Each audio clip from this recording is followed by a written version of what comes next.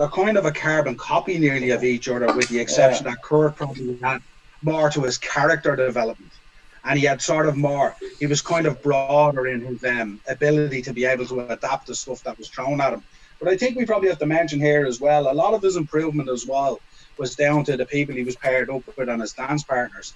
He was working with a lot of high-level guys, constantly. Benoit. Yeah, I just wanted to chime in there and say I didn't mean that Benoit in terms of machine in the ring. I actually meant machine in real life behind the scenes in terms of how he won an Olympic gold medal with a broken neck. He wrestled through a broken neck. You know, that's what I meant. Sorry, I didn't mean machine in the ring. But I think you're right. Sorry, go ahead. We also know in the background as well, we know that Benoit worked a lot of his career as well with injury and stuff like that as well. Maybe not to the extent of a broken neck and stuff like that, winning a gold medal and stuff. But when you compare both of them, they're so similar. Like, it's just that Kurt, I think he had more to his character and he was broader in his ability to adapt to stuff. Like Chris would have never pulled off the comedic stuff that Kurt pulled off. No way. But in terms of Isn't that what separates the great from the best stuff? You know what I mean? I suppose it is, except if you're looking at your character as being kind of nearly like a straight shooter on a machine. You know what I mean? Like I wouldn't lesser either of them over that, really. I'd probably have Kurt a little bit ahead because we are in that kind of entertainment industry as well. But I just think in terms of Kurt Angle, he had such great dance partners to work with. He worked with all the top people in the business, and surely that had to help him as well and bring him along as well. If you're in that level of wrestler, you're naturally only going to get better. Oh, for sure, yeah. I mean, like without doubt, when you're in there with the best, I mean, when you think about it, he was in there early on with the Guerreros, the Benoits, the Tazes, the Jerichos. I mean, these were all guys that were veterans of the business, so they definitely helped him. I mean, you can't just say that Kurt came in and was already amazing without the help of those guys. I'd agree with that. I mean, also, and even when you look through his TNA career, because kind of when we look at Kurt Angle, he kind of had two careers. Yeah. Apart from his amateur career, he kind of had his WWE career. Oh yeah. And he had his TNA career, and they're quite where there is similarities in them as well. They're also kind of different in many aspects of them, because even when he went into TNA, he got to work with a lot of the top guys in there as well.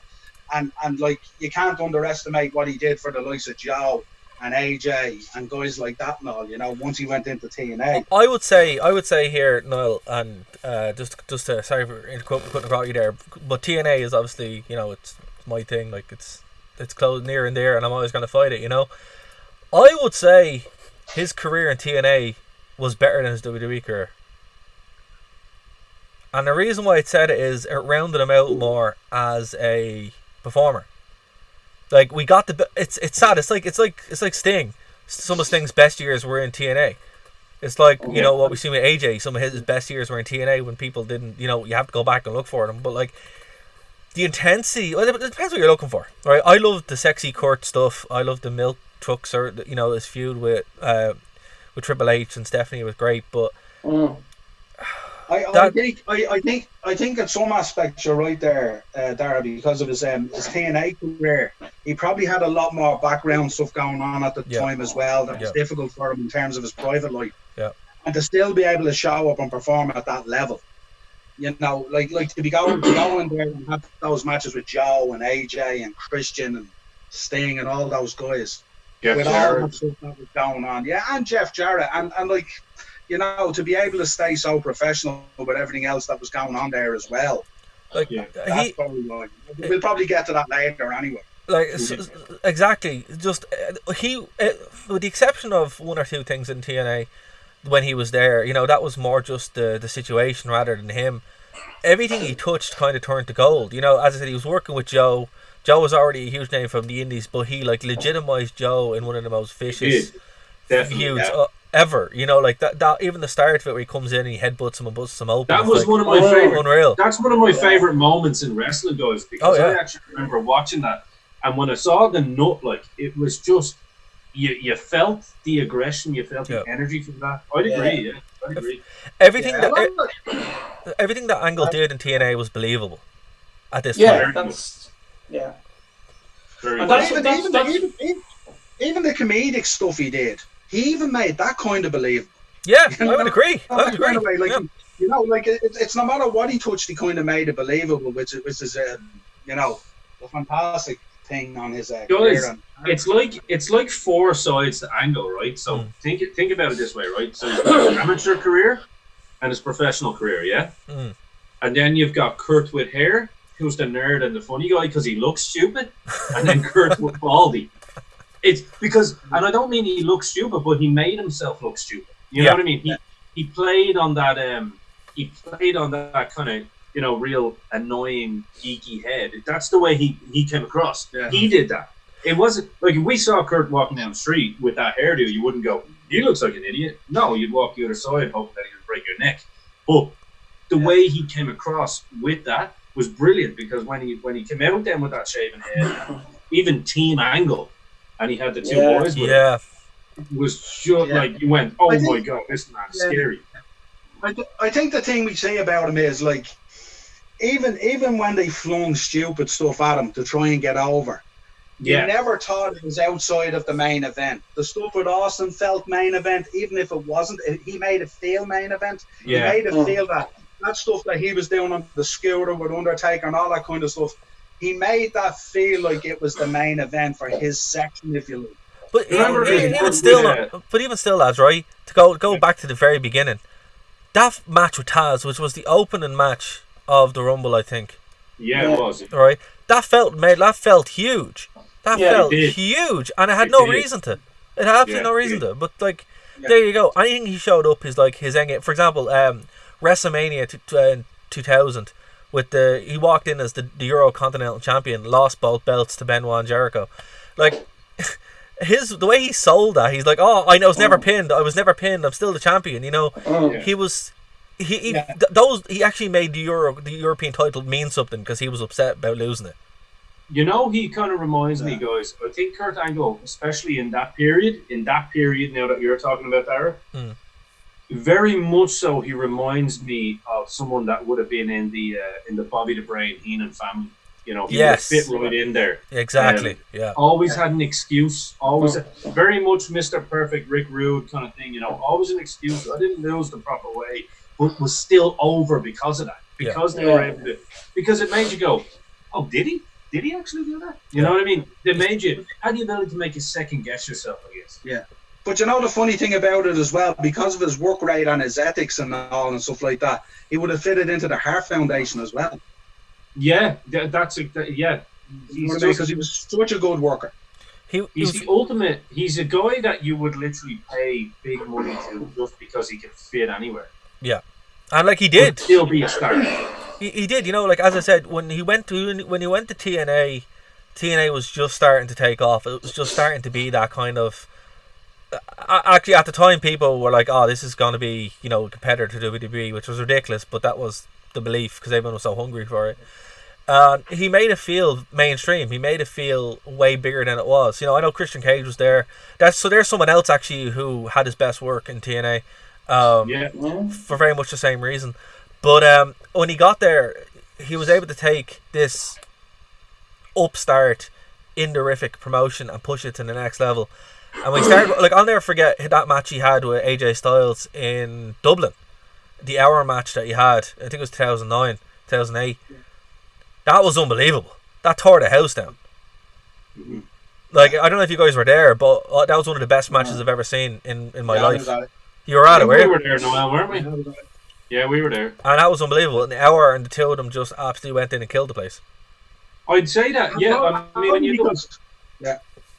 Go ahead. No, I was going to say, we probably will eventually get around to an episode on TNA, but while we're here, let's kind of maybe, you know, give some honourable mentions, just in case they never appear on the show.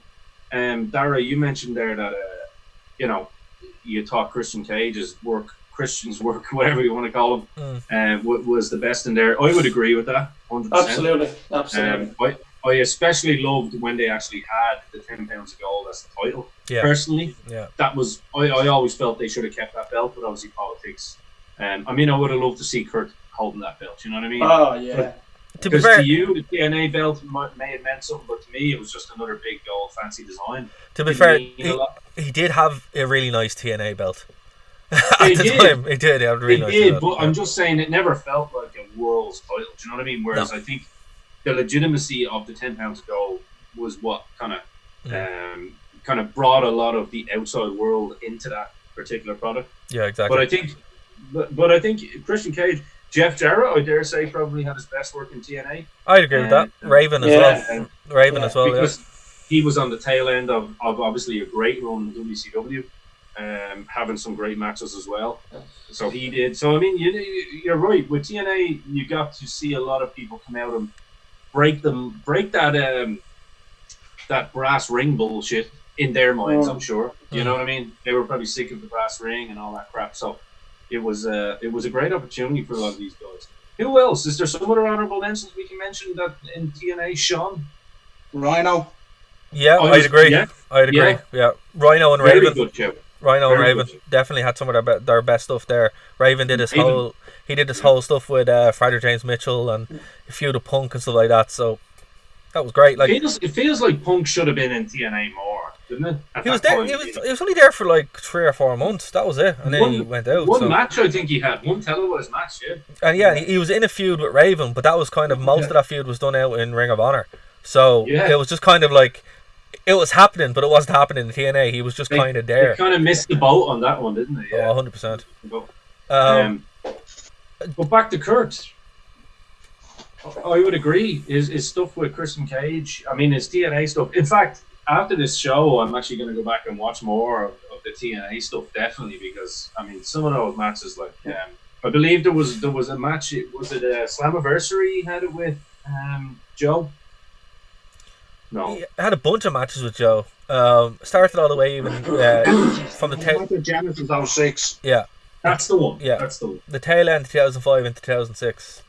And then from 2006 up until the middle of the year. But here's the thing: he was still feuding with Joe around 2007 when he had all the belts, every single one of the belts, including the New Japan belt. Because I was there. That's when I went to the Impact Zone. I remember standing there in the crowd and like, well, that's a lot of belts. But it was also around the time when they were doing the divorce angle with him and Karen. If you guys remember that. Yeah. And if you look at the promo package for Hard Justice 2007, you can just see 18-year-old me standing there in the front row going, "What is this?" You need the screen. You need the screen. I will. I'll find it. Yeah, but so I always remember that feud very, very well because I was literally there for like a big chunk of it. Because that's when they taped 4 or 5 weeks, actually even 6 weeks when I was there. In one block. About a month. Yeah, so they used to tape a lot. So there's a big period there in 2007 that I'm just in the Impact Zone. So yeah, that's pretty cool. Oh, that's really cool. And what about So Kurt, I made a mistake earlier, and I'd rather correct myself than be corrected. Obviously, with people listening back to this show. So Kurt obviously go to TNA. Was it 2003 or 4? 6.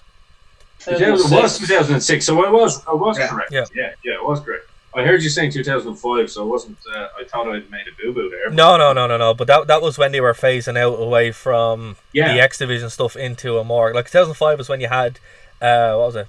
Unbreakable. Unbreakable was the mass pay for 2005, where you had Samoa Joe and all that kind of stuff there. So they were really hyping up, and when they got Angle, that was their first big grab next to Christian Cage.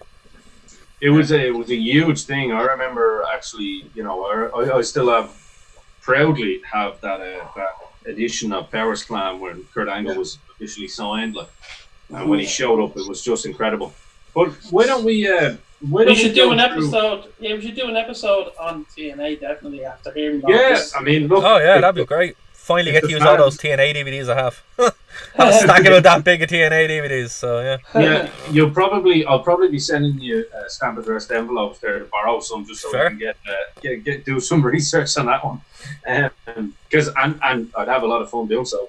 But let's go to some of the other things. Niall, you've got a couple of bits there.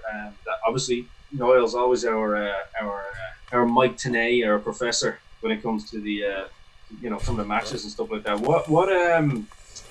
Niall, what you've some great matches down, and you've some not bad moments, but some kind of some of the ups and the downs of Kurt's career. But maybe let's get into some of let's get up to some of the ups and downs so we can finish kind of strong, you know. Okay, hang on. Yeah, so I suppose some of his career highlights, if you like, is that what you're looking for? Yeah. Yeah, sort of No Mercy 2000 was his first WWF title win. Then they're not in any specific order. WrestleMania 34 was his return. Yeah. Putting Brock over, obviously, at WrestleMania 19 was huge. That was huge. Let's actually talk on that one then for a minute. Let's talk on that one for a minute because that match. I mean, obviously, Kurt is going into that match hurt, and Brock is the new, let's say, the new young buck, to not steal a pun, but a real young buck. And he comes in and obviously gets hurt. I like the way Darrag's laughing there. No, I just love the way you guys hate the book so much. It's always really entertaining. Sorry. I don't like the word hate. I don't hate the young bucks. I don't think they're wrestlers. I think they're actors. I just think it's really funny. I'm sorry. It's just, every time. Sorry, go on. Yeah. We'll do an episode on the Young Bucks someday, guys. Fair. Fair. No, just before we get into that match with Brock, just some context about the first world title win, right? That was up to that point was the quickest rookie year for anyone. Like, he debuted and within a year was world champion. I think that didn't happen up until Brock. I could be wrong, but I think up until that point he held that best rookie year, and then Brock came in and smashed it. That is correct. Yeah. So it's kind of funny that like he put Brock over after, getting a similar treatment to himself. It's amazing, isn't it, when you look at those matches and you think of like all those guys that he put out there, the likes of Brock, and he obviously did work with Edge, and he also did work with AJ and with Joe and with all these guys. But the way he constructed the matches and the way the matches went down, it never felt to me personally, as a fan anyway, that he was looking to put someone over or get someone over. You always felt by him that he was actually in the match because he actually was there and he wanted to win it. Yeah, it felt that. You know the way you look at some matches these days and you see and you go, oh, that guy's in there, he's just putting that guy over. Yeah, like if the match sort of flows that way. But the Kurt Angle matches, they never flowed that way. You always thought, even in the title matches, or Anthony was in with the likes of AJ or with Brock or anything like that he clearly wanted to win those matches, and that's how he made you feel. Rather than, like, I never felt at any stage in WrestleMania 19 in that match that he was there to put Brock over. That's the way it's supposed to feel, right? It's supposed to feel like a real competitive sport, and that's like. But like, you're spot on, 100%. Like, it's I think even to the match he had with Edge with the hair versus hair match, at even that early, you were like, right, this is someone who, no matter what he's given, he's going to put it across and build up the young guys without a feeling, he's going out because he's jobbing, like 100%. There's been other guys there who have done it, and it's very clear that they're on their back just to put someone over. Like Sting would be a guy who you can obviously tell is just taking the loss there to put someone over. But it's a legacy to Angle. He makes everything feel real. It's real. It's damn real. And it's like it is. Everything is.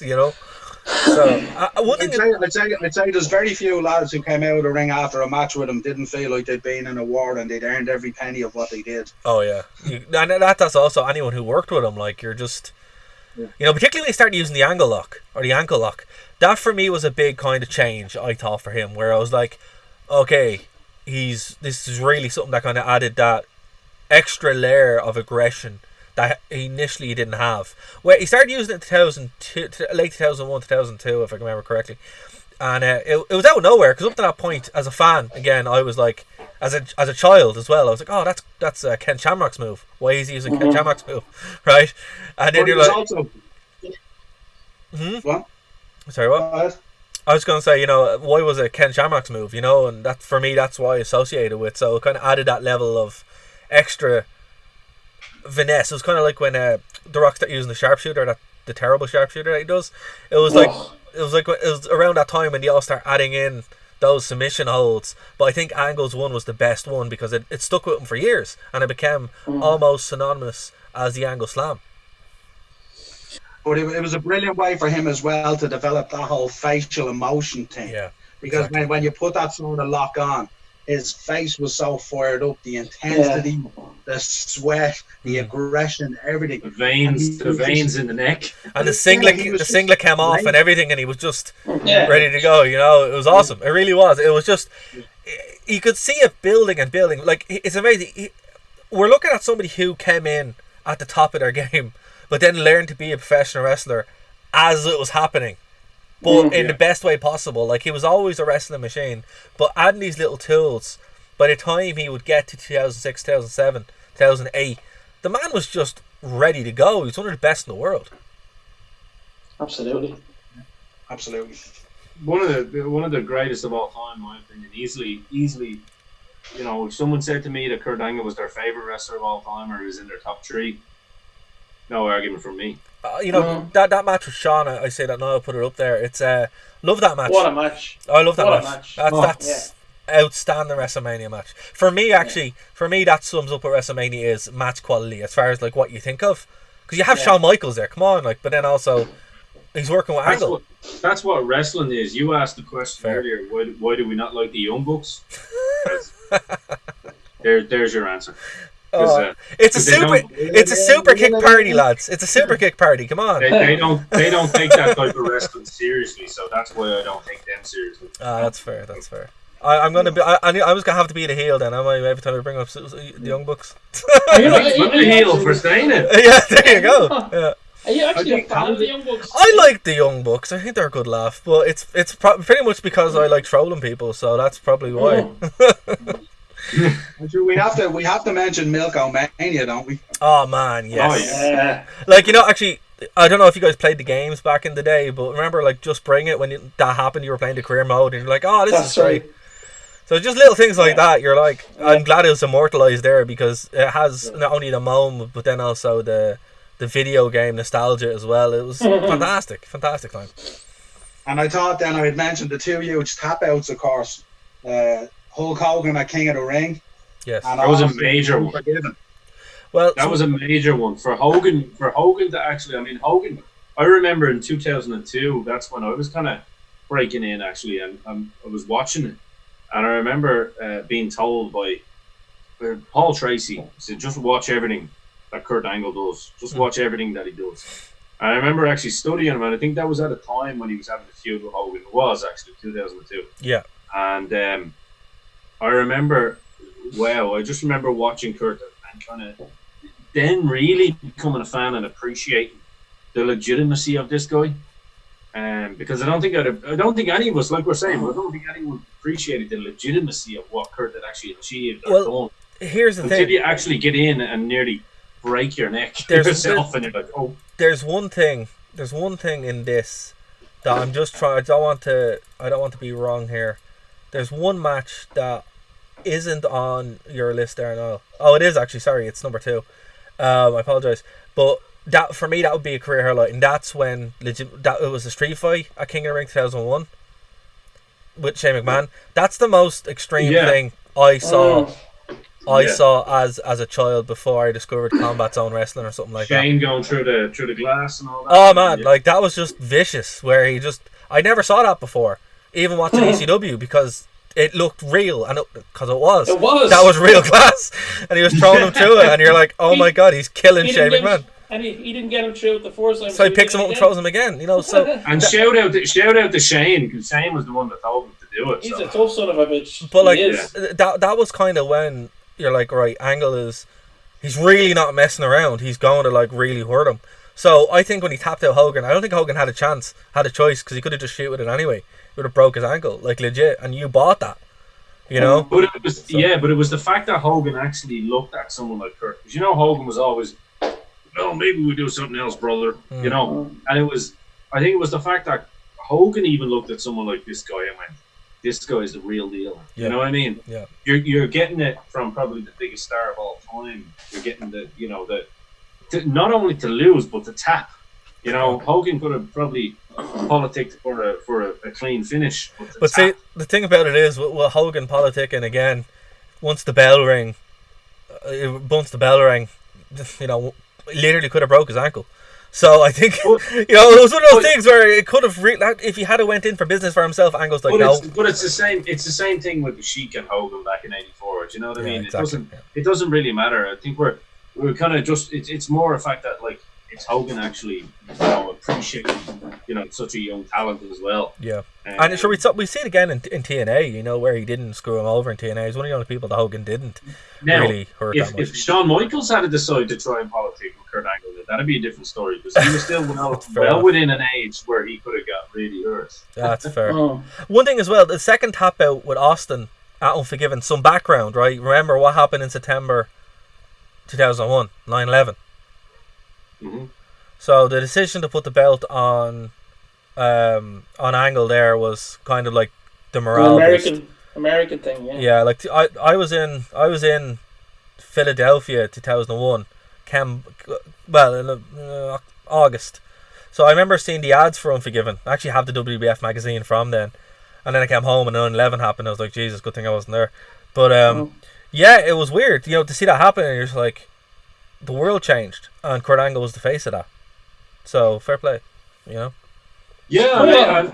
and to be fair, probably, I don't want to say this because it'll sound kind of condescending or maybe disrespectful to some, former superstars, but probably one of the real American heroes that they've actually had. You know what I mean? Who represented their country and broke their neck to do so. It was something that never changed. Yeah. He always was. Even when he was a heel, he didn't downplay that he was an American hero. He just had a bit of an arsehole about it. He's Conor McGregor before his time. Exactly. I also think he played a good role in John Cena's rise to the top as well. Very good aggression match. Very good show, yeah. Yep, really good show. Very good show. Also with the rapping thing. Remember he used to dress up like him and all that? That was brilliant. Amazing. That was amazing. I missed that. I missed it. That was fun. It was kind of good to see that show at WrestleMania. So I think most guys he worked against, he ended up coming out in their ring gear. Yeah, that's a fair point as well. To be fair though, the best thing of that is still Sexy Kurt. And if anyone hasn't seen that, look up that segment. It's still absolute gold. Guys, he brings out the sensational Sherry, who I still to this day have a crush on. Always have a crush on Sherry. I love the woman. Yeah, big time. And he brings out Sherry, even though Sherry's a little bit older back then, she does a fucking great job with it as well. He's coming out, he's doing, Sexy Kurt. And, it was literal, it was gold. It was gold as it was happening. Yeah, I'll make your ankle hurt. Brilliant. These are the things that we talk about. Comedy in wrestling. This is comedy in wrestling. This is the kind of comedy that you want. Stuff you'll remember. Stuff that's memorable. Yeah. That's the difference between. When they got it, they got it. Yeah. You know what I mean? But go on, Niall. You have some other matches or bits there. Where are we? Yeah, no, I think we covered those career highlights. That's mainly I talked about the two tap pretty much. Yeah. Match with Sean, and they're kind of the highlights. And TNA, you had so many. I mean, I don't remember him having too many bad matches in TNA. You look who he went against and all. Even the stuff he was doing with Jay Lethal was fantastic, Yeah. And most of the matches he featured on, like he even worked with Desmond Wolfe, who was McGuinness. Yeah. And, so he worked with some incredible athletes in there and stuff. There's a lot of the guys he worked with in there that were guys that could really go, And you can see that with his, there's a couple of matches that we could say, are your go-to matches. But what would be like your favorite WWE match for EC? Like you've said, you had one Angle match. I'll go first, and it's a street fight for me because it's just the best lot. But what would be your favorite from WWE anyway? Mania 19.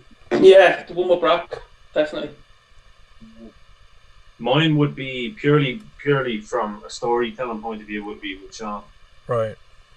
Yeah. Right. I just thought you had two guys there at their absolute peak. I mean, Shawn Michaels is obviously going to be talked about one day on this show. You know what I mean? Yeah. He's had two peaks. These are two peas in a pod when it comes to just being good at what they do. So. I thought to see that match. In fact, so much so I'm going to watch that again That Yeah. would be that's one of my favorite matches of all time, actually. Everything on this list that you put together, Niall, it's like, you know, they're instant classics.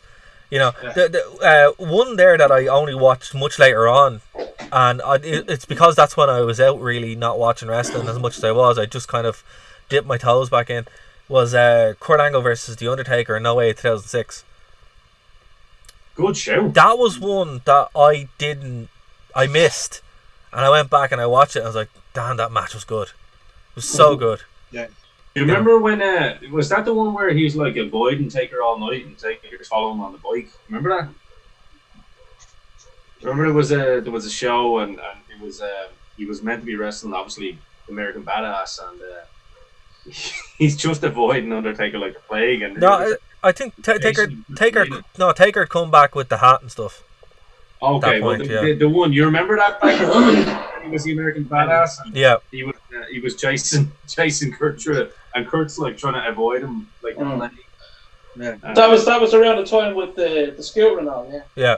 It was absolutely just Darragh, what was your favourite TNA match? That's like, again, you can pile a fantastic list. Personally, my heart is the one in Dublin against AJ, because it was just phenomenal. No pun intended. No pun intended. But look, all of them are good. You know, honestly, his feud at Rhino was decent. That cage match, great show. Haven't heard anybody talk about that in ages. Angle versus Joe with Genesis 2006 is probably the most solid of the whole lot there. That's the one. It's so solid. Very close to the one I Hard Justice 2008 with AJ. Like, he just had these guys in TNA that he could work with, and you're like, once you saw them, you're like, this match. Everything else on this card could be terrible, but this match is worth paying for it alone or watching it alone. And if it was Joe or AJ, man, you are just in for a good time. Desmond Wolfe, as you said, Nigel McGuinness, he was someone else who had the similar chemistry. It was really sad what happened, but he had some feud with him in TNA, I tell you that much. Yeah. The match against Joe at Lockdown was fantastic. I love Lockdown. Lockdown was my favourite TNA gimmick. It's ironic because we're living lockdown now. Didn't think that would happen. But I love that idea, and just to have them in the cage match all the show was just a unique thing to do. So I thought they worked it really, really well. Was this the MMA one? This was the MMA one, wasn't it? Yeah. Yeah. Love that wasn't even a more unique spin on an already unique gimmick to have them have basically an MMA fight inside the lockdown cage. By the way, speaking of lockdown matches, Sabu versus Samoa Joe was a fantastic little lesser known match from Lockdown 2005, I think. Yeah. Big Sabu. Oh man, that's a fun match. Oh, what was the other Lockdown one? AJ versus Abyss. AJ versus Abyss again. Dude, Abyss was one of those guys who I love. Abyss. He's one of my favorite TNA talent, and